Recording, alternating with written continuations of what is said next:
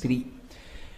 బాగా అర్థం అవ్వాలి అంటే సభర్తృక, జీవించి ఉన్నటువంటి భర్త కలిగి ఉన్నది. అలా మెడలో మంగళసూత్రాన్ని పొంది ఉండడానికి ప్రధానమైనటువంటి అనుగ్రహము అమ్మవారిదే. సర్వమంగళాస్వరూపిణి అయినటువంటి అమ్మవారి అనుగ్రహం ఎవరి యందు ప్రసరిస్తుందో వారు సువాసినీత్వాన్ని పొంది ఉంటారు అని.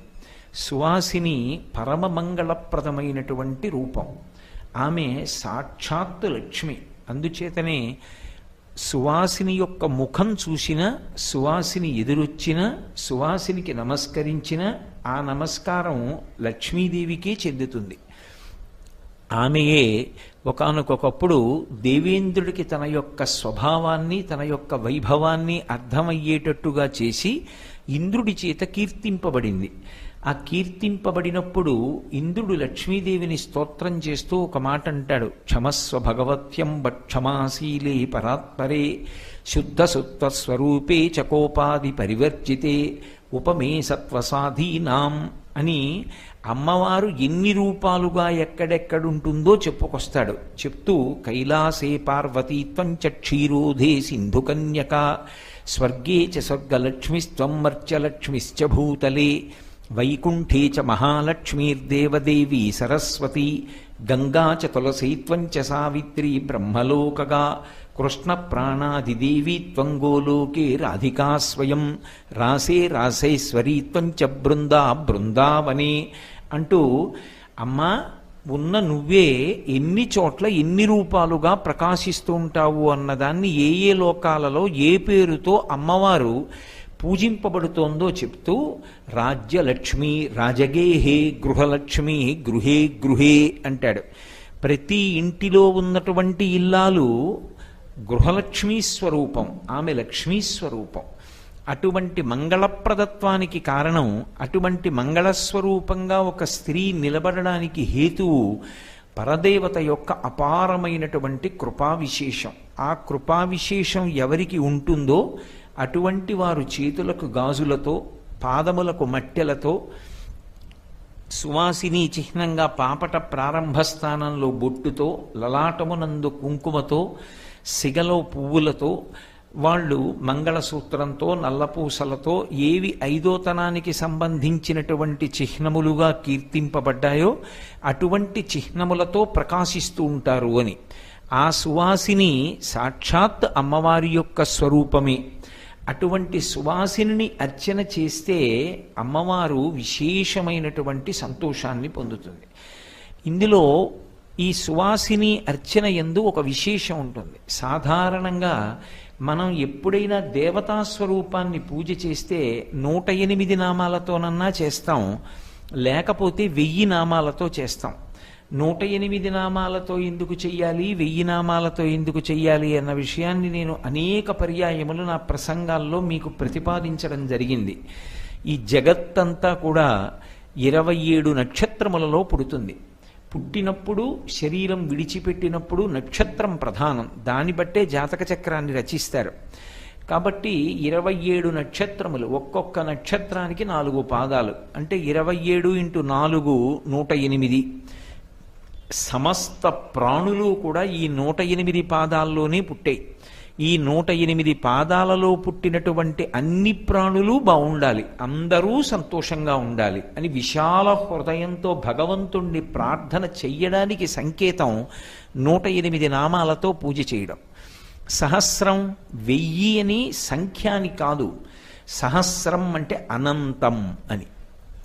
ఎన్ని నామాలతో చెప్పినా తృప్తి పొందకపోతే అప్పుడు సహస్రనామాలతో పూజని అనుసంధానం చేస్తారు. 116 నామాలతో పూజ ఒక్క గురువు గారికి చేస్తారు. అది ఎప్పుడు? శంకర భగవత్పాదాచార్య స్వామి వారికి శంకర జయంతి నాడు పూజ చేసేటప్పుడు 108 నామాలతో పూజ చేసి శంకరాచార్యుల వారికి 108 నామాలు చెప్తారు. మిగిలిన 8 నామాలు శివుడి యొక్క నామాలు చెప్తారు.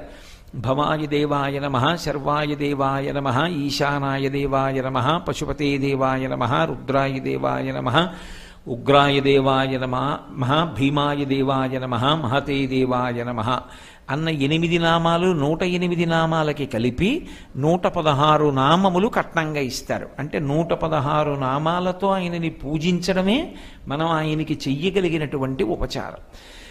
116 నామాలు గురువు గారి అర్చనలో వాడతారు. మళ్ళీ 116 నామాలు సువాసిని పూజలో వాడతారు. సువాసినికి అర్చన చేసేటప్పుడు 116 నామములు అన్వయమవుతాయి. 116 ఎప్పుడు చెప్పినా అది వెంటనే సద్య ఫలితాన్ని అనుగ్రహించగలిగినటువంటి విశేషం. పరమభక్తితో మన ఎదురుగుండా ఉన్నటువంటి రూపాన్ని పరదేవతా స్వరూపంగా భావన చేసి ఆ 116 నామాలు చెప్తారు. చెప్పినప్పుడు సువాసిని పూజలో అత్యంత ప్రధానమైన ఉపచారంగా చెప్పబడినది ఇది అంటే, మొట్టమొదటిది కబరీబంధానికి అలంకారం చేసేటటువంటి వస్తువు. ఆ జుట్టు ఎత్తి పట్టుకొని ఆ జుట్టు కలిసి ఉండేటట్టుగా జటాబంధనము అంటారు. మీకు బాగా అర్థం అవ్వాలంటే బహుశా నేను రబ్బర్ బ్యాండ్ అనవలసి ఉంటుందేమో. ఆ జటాబంధనాన్ని ఉపయోగించడం, అమ్మవారి యొక్క కేశపాశాన్ని దర్శనం చెయ్యడం సమస్తమైన అజ్ఞానము నివారింపబడడానికి కారణం. శంకరాచార్యుల వారు సౌందర్యలహరి చేసినప్పుడు ఒక్కొక్క శ్లోకం చెప్పి దాని యొక్క ఫలితాన్ని మధ్యలోనో చివరో చెప్తారు. కానీ ఒక్క అమ్మవారి కబరీబంధానికి అంటే కేశపాశానికి సంబంధించినటువంటి శ్లోకంలో అమ్మవారి జుట్టు ముడిని వర్ణించినటువంటి శ్లోకాన్ని ప్రారంభం చేస్తూనే ఫలశ్రుతితో మొదలుపెట్టారు. ధునోతుధ్వాంతం నస్తులిత దళితేందీవరవనం ఘనస్నిగ్ధశ్లక్షణం చికురనికురంబం తవ శివే యదీయం సౌరభ్యం సహజముపలబ్ధం సుమనసో వసంతస్మిన్ మన్యే వల్లమధన వాటీ విటపినాం అంటారు. అసలు ఆ కబరీబంధ దర్శనం అవదు అమ్మవారిది. ఎందుకంటే సాకారమూర్తిగా నిలబడి ఉంటుంది కాబట్టి దేవాలయంలో వెనక్కి వెళ్ళి చూడడం సంభవం కాదు. పైగా కబరీబంధం కిరీటంలోకి వెళ్ళిపోతుంది. అది ఒక్క ధ్యానమునందు మాత్రమే దర్శనమవుతుంది. నల్లని కబరీబంధాన్ని దర్శనం చేస్తే నల్లటి అజ్ఞానపు చీకట్లు విచ్చిపోతాయి. అందుకే అసలు శ్లోక ప్రారంభమే ధునోతుధ్వాంతం అంటూ మొదలుపెట్టారు. మా అజ్ఞానపు చీకట్లు తొలగిపోవుగాక అంటూ. అటువంటి కబరీబంధానికి జటాబంధనాన్ని సమర్పించడం విశేషమైనటువంటి సేవ.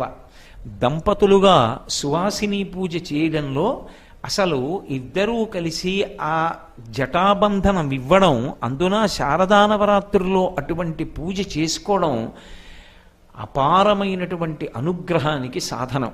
రెండు, శంకర భగవత్పాదులంతటి వారు సౌందర్యలహరిలో ఒక మాట అన్నారు.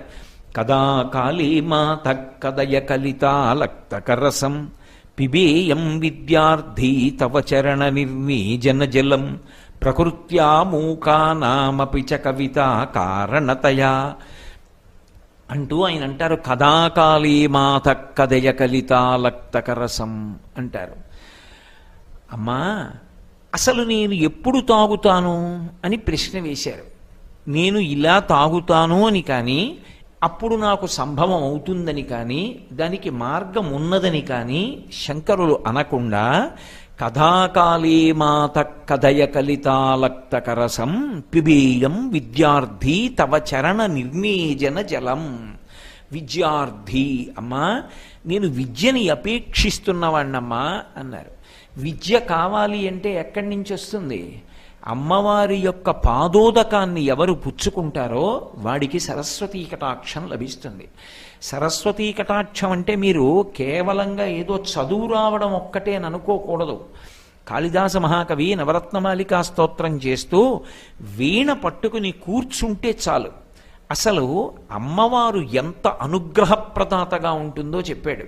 అందుకే శారదా నవరాత్రులలో మొదటి 3 రోజులు మహాకాళీ స్వరూపాన్ని, మధ్యలో ఉన్న 3 రోజులు మహాలక్ష్మీ స్వరూపాన్ని, చివరి 3 రోజులు మహాసరస్వతీ స్వరూపాన్ని పూజించిన నవరాత్రుల పేరు మాత్రం శారదా నవరాత్రులు.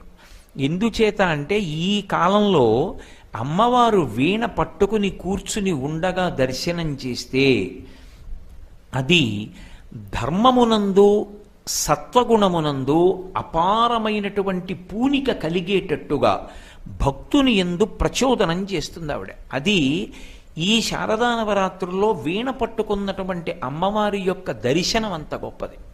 అందుకే ఆయన ఒక మాట అంటాడు, నువ్వు అమ్మా మృదుల హస్తాంతం వీణాపాణిం శాంతం మృదుల స్వాంతం అంటాడు. ఆ వేళ్ల చివర వీణ తీగలు మీటుతున్నట్టుగా వీణ చేతులలో పట్టుకున్నటువంటి అమ్మవారి స్వరూపాన్ని చూసినంత మాత్రం చేత శాంతగుణము ఉద్భుతమవుతుంది. అటువంటి తల్లి, అటువంటి శారద ధర్మమునందు అనురక్తినిస్తుంది. భగవంతుణ్ణి చేరేటటువంటి మార్గమేదో అటువంటి వైదిక మార్గమునందు సువ్యవస్థితమైనటువంటి బుద్ధిని ప్రచోదనం చేస్తుంది. అటువంటి శారద కాళ్ళు కడిగి నీళ్లు తాగడం అంటే అది సంభవం అయ్యే విషయం కాదు అంత తేలికగా. శంకర భగవత్పాదులంతటి వారన్నారు, అమ్మా నేను విద్యార్థిని, ఇటువంటి విద్యార్థిని కదాకాలే మాత కదయ కలితాలక్తకరసం పిబేయం విద్యార్థి తవ చరణ నిర్నేజన జలం ప్రకృత్యామూకానామపి చ కవిత కారణతయా కథా దత్తే వాణి ముఖ కమల తాంబూల రసతాం అన్నారు. అసలు నీ పాదాలు కడిగిన నీళ్లు ఎలా దొరుకుతాయమ్మా?